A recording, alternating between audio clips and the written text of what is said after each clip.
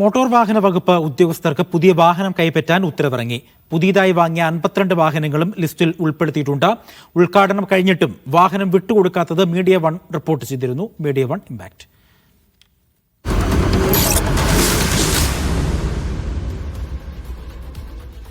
RB Sanoop വിവരങ്ങൾ നൽകാനായി. RB Sanoop, വിശദാംശം.